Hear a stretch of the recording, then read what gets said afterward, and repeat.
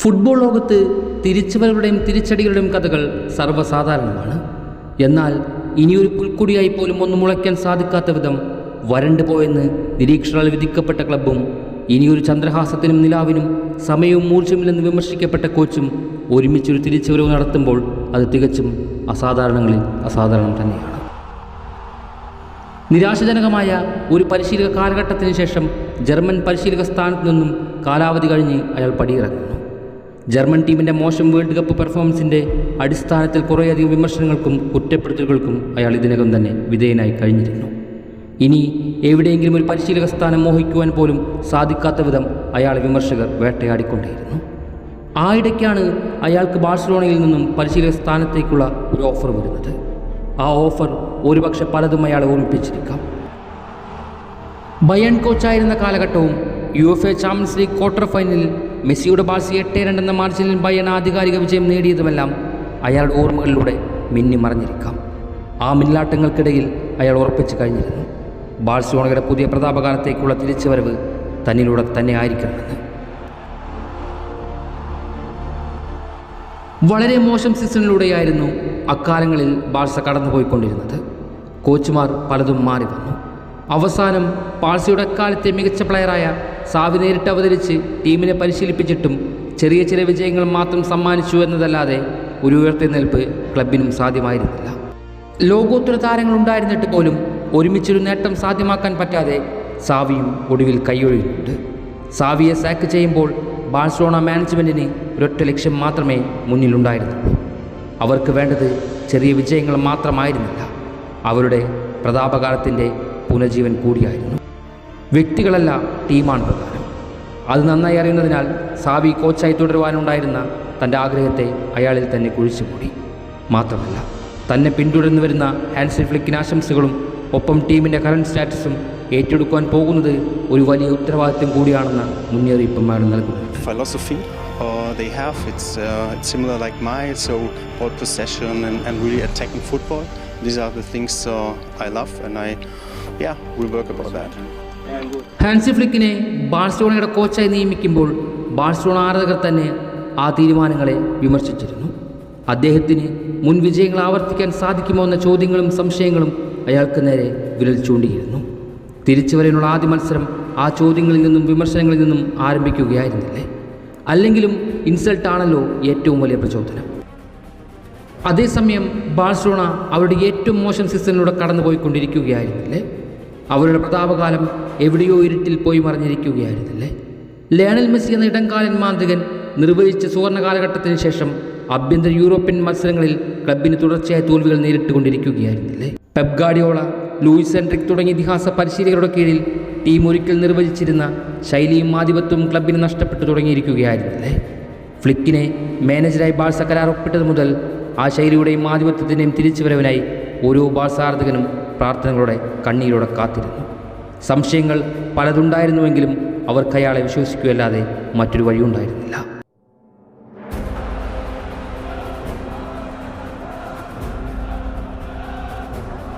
തുടക്കം മുതൽ തന്നെ ഫ്ലിക്കിൻ്റെ കീഴിലുള്ള ബാഴ്സലോണയുടെ സീസൺ പ്രതീക്ഷ നൽകുന്നതും തന്നെയായിരുന്നു.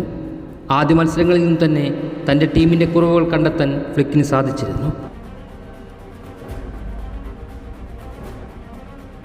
സ്ഥിരതയില്ലായ്മയും ആക്രമണ മനോഭാവവും സമ്മർദ്ദവും ചെലുത്തിയുള്ള പ്ലേ മേക്കിംഗ് കുറവായിരുന്ന ബാഴ്സയെ തൻ്റെ ശൈലിയിലേക്ക് കൊണ്ടുവരാനുള്ള തന്ത്രങ്ങൾ ഓരോ മത്സരങ്ങൾക്ക് ശേഷവും അയാൾ മെനഞ്ഞെടുത്തുകൊണ്ടേയിരുന്നു. സ്പെയിനിൻ്റെ ടിക്കി ടാക്കയിൽ അല്പം ജർമ്മൻ ടച്ച് ചേർത്തുകൊണ്ട് ഒരു കോക്ടെയിലായിരുന്നു ഹാൻസി ഫ്ലിക്ക് ബാഴ്സലോണയ്ക്ക് വേണ്ടി ഒരുക്കി വച്ചിരുന്നത്.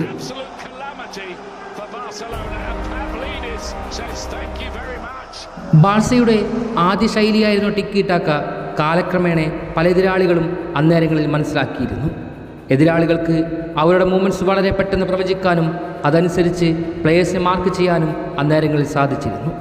എന്നാൽ ഹാൻസിയുടെ കോക്ടെയിൽ ശൈലി പരമ്പരാഗത കളിരീതിയിൽ നിന്നും മാറി പുതിയ കെമിസ്ട്രി കളിക്കാർക്കിടയിൽ രൂപം കൊള്ളിക്കുന്നതിനും സ്വതന്ത്രമായി എല്ലാ മേഖലകളിലേക്ക് ഇറങ്ങി കളിക്കുവാനും അവർക്ക് സഹായം നൽകിക്കൊണ്ടിരുന്നു.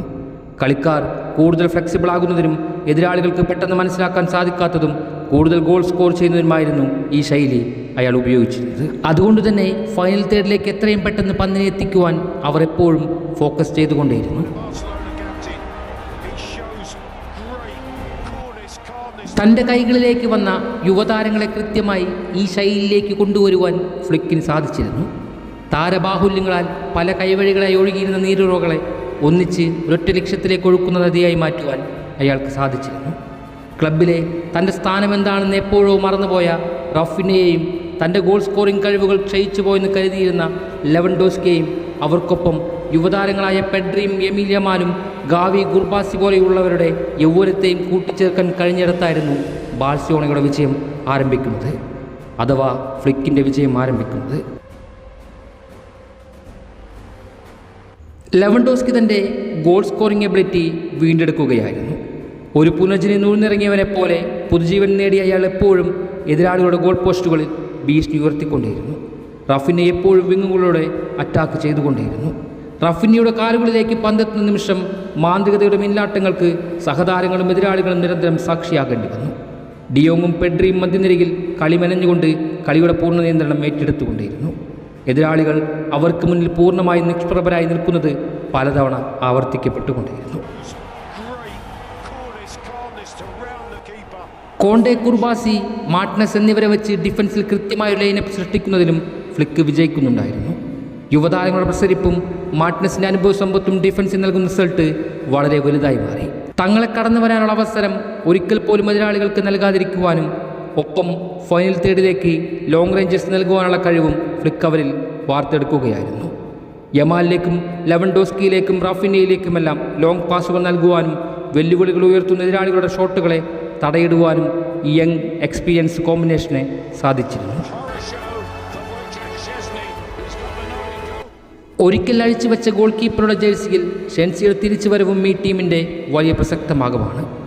മധ്യനിരയും ഡിഫൻസും കടന്ന് ഗോൾ പോസ്റ്റിലേക്ക് വരുന്ന എതിരാളികളുടെ ഷോട്ടുകളെ നിഷ്പ്രയാസം തൻ്റെ കൈകളിലേക്ക് സ്വീകരിക്കുവാനും തട്ടി അകറ്റുവാനും അയാൾ പ്രാപ്തനായിരുന്നു. ഫ്ലിക്കിൻ്റെ ആത്മവിശ്വാസം അത്രയേറെ ഉണ്ടായിരുന്നു. ഓരോ കളി കഴിയുന്തോറും ഫ്ലിക്കിൻ്റെ ബാഴ്സ അവരുടെ ഐഡൻറ്റിറ്റി ഉറപ്പിച്ചുകൊണ്ടേയിരുന്നു. അനായാസം ഗോളുകൾ നേടുകയും ആത്മവിശ്വാസം പ്രകടിപ്പിക്കുകയും ചെയ്തവർ റെക്കോർഡുകൾ തകർക്കുകയും പുതിയവ എഴുതി ചേർക്കുകയും ചെയ്തു. ക്ലബിൻ്റെ ഏറ്റവും മഹത്തായ കാലഘട്ടത്തിൻ്റെ ഓർമ്മകളവർ പൊടിതട്ടിയെടുക്കുകയായിരുന്നു. ഇതിനെല്ലാം ഉപരി റൈറ്റ് വിങ്ങറായും അറ്റാക്കിംഗ് മിഡ്ഫീൽഡറായും സെൻട്രൽ ഫോർവേഡുമായും തനിക്ക് ലഭിക്കുന്ന റോളുകളെല്ലാം മനോഹരമാക്കുന്ന ഒരു 17 വയസ്സുകാരൻ യമീൻ യമാലും ഫ്ലിക്കിൻ്റെ തന്ത്രങ്ങളെ കൂടുതൽ എളുപ്പമാക്കിക്കൊണ്ടിരുന്നു. എല്ലാ മേഖലയും ശക്തിപ്പെടുത്തി കാറ്റാലമ്പിയന്മാർ അവരുടെ കളിയെ പുതിയ തലത്തിലേക്ക് കൊണ്ടുപോയി. സീസണിൻ്റെ തുടക്കം മുതൽ ബാഴ്സലോണ അവരുടെ ലെഗസിയെ തിരിച്ചു പിടിക്കുമെന്ന ദൗത്യത്തിലേക്കാണെന്ന് വ്യക്തമായി എതിരാളികൾക്ക് സൂചന നൽകിയിരുന്നു. 2020 8-2 എന്ന നാണംകെട്ട തോൽവി ബാഴ്സയ്ക്ക് സമ്മാനിച്ച അതേ ബയേണിനെ 4-1 സ്കോറിൽ പരാജയപ്പെടുത്തി അവർ തിരിച്ചുവരവുകൾക്ക് തുടക്കം കുറിക്കുന്നുണ്ട്. ശേഷം വൈറ്റ് ഡെവിൾസ് എന്ന് വിളിപ്പേരുള്ള ചാമ്പ്യൻസ് ലീഗ് വമ്പന്മാരെ തകർത്ത് കളയുന്നുണ്ട്.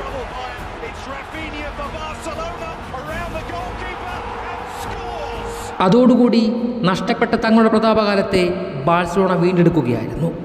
ഇതേ വമ്പന്മാരെ നിഷ്പ്രഭരാക്കി കോപ്പാൽ ഡെൽറയും സ്പാനിഷ് സൂപ്പർ കപ്പും നേടിയതോടെ ഇനി തങ്ങൾക്കൊരു എതിരാളികളില്ല എന്നും ഇനി വേണമെങ്കിൽ ഒന്ന് ജനിച്ചു വരട്ടെ എന്നും ഫ്ലിക്കിൻ്റെ ബാഴ്സ പ്രഖ്യാപിക്കുന്നുണ്ട്. ശിശിരത്തിലേക്ക് ആണ്ടുപോയൊരു കാലഘട്ടത്തിൽ നിന്നും വീണ്ടും കാഴ്ചും പൂത്തും തളിർത്തും ബാഴ്സലോണ ഉയർത്തി നിൽക്കുകയാണ്. ചാമ്പ്യൻസ് ലീഗ് കൂടി കാറ്റലോണയിലേക്ക് എത്തിച്ചാൽ അതിൻ്റെ പൂർണ്ണതയും അനുഭവിച്ചറിയാം. അതെ, ഇത് തളർന്നോടിയവരുടെ ചരിത്രമല്ല, തളർന്നിടത്തു നിന്നും തിരിച്ചെത്തിയ ചരിത്രമാണ്. അതെ, ഫ്ലിക്കിൻ്റെ ബാഴ്സയുടെ കഥയാണ്. ഇത് തുടരുക തന്നെ ചെയ്യും.